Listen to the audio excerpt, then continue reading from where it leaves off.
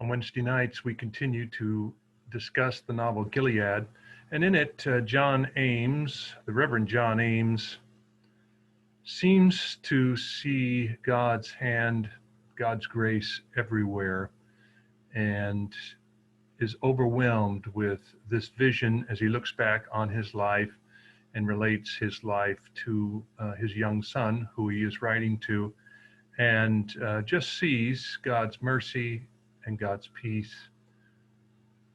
all throughout his life, even the most tragic events. And it kind of reminded me of a book called Everything Belongs by Richard Rohr, a Catholic priest and a contemplative teacher who founded the Center for Action and Contemplation in Albuquerque. So for our spiritual reading today, I'm going to read a portion of his book, Everything Belongs.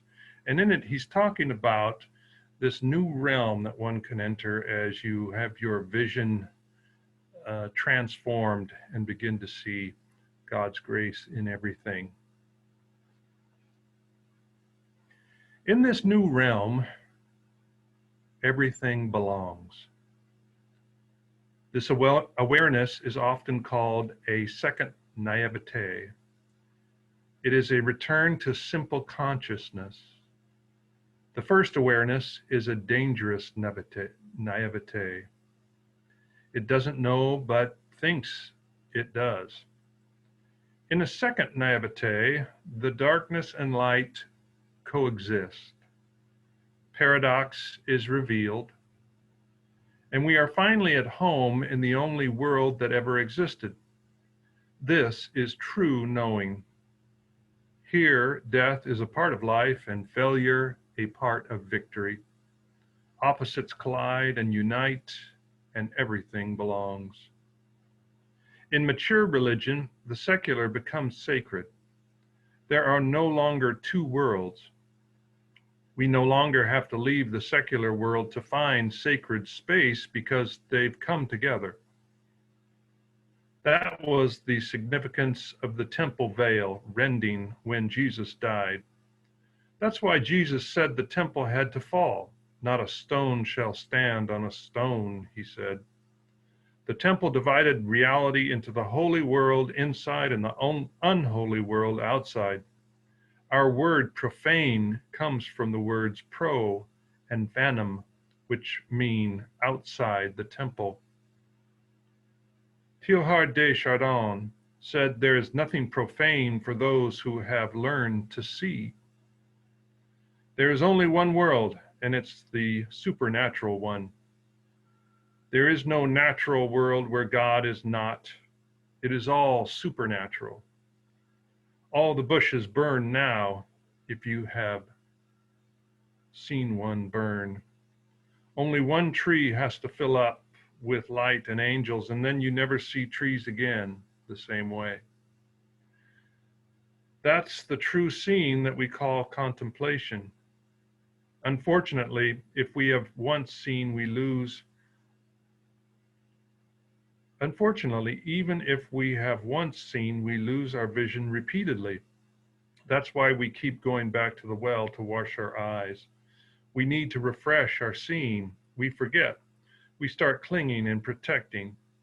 Unless there is a readiness to let go, we will not see the vision of the whole again. God cannot be seen through such a small and dirty lens.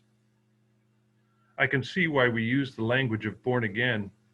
The great traditions seem to say the first birth is not enough. We not only have to be born, but remade. The remaking of the soul and the refreshing of the eye is the return to simplicity.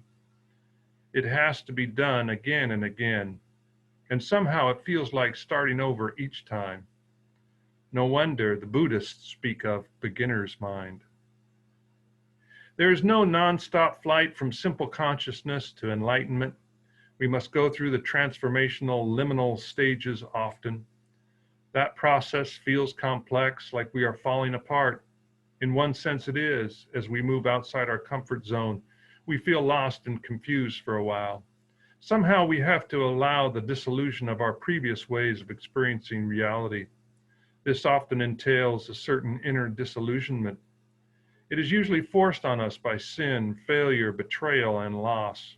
Who of us would have the courage to go there alone? St. Augustine connects the inner journey with the journey toward God. He could be called the father of subjectivity in the Western Church.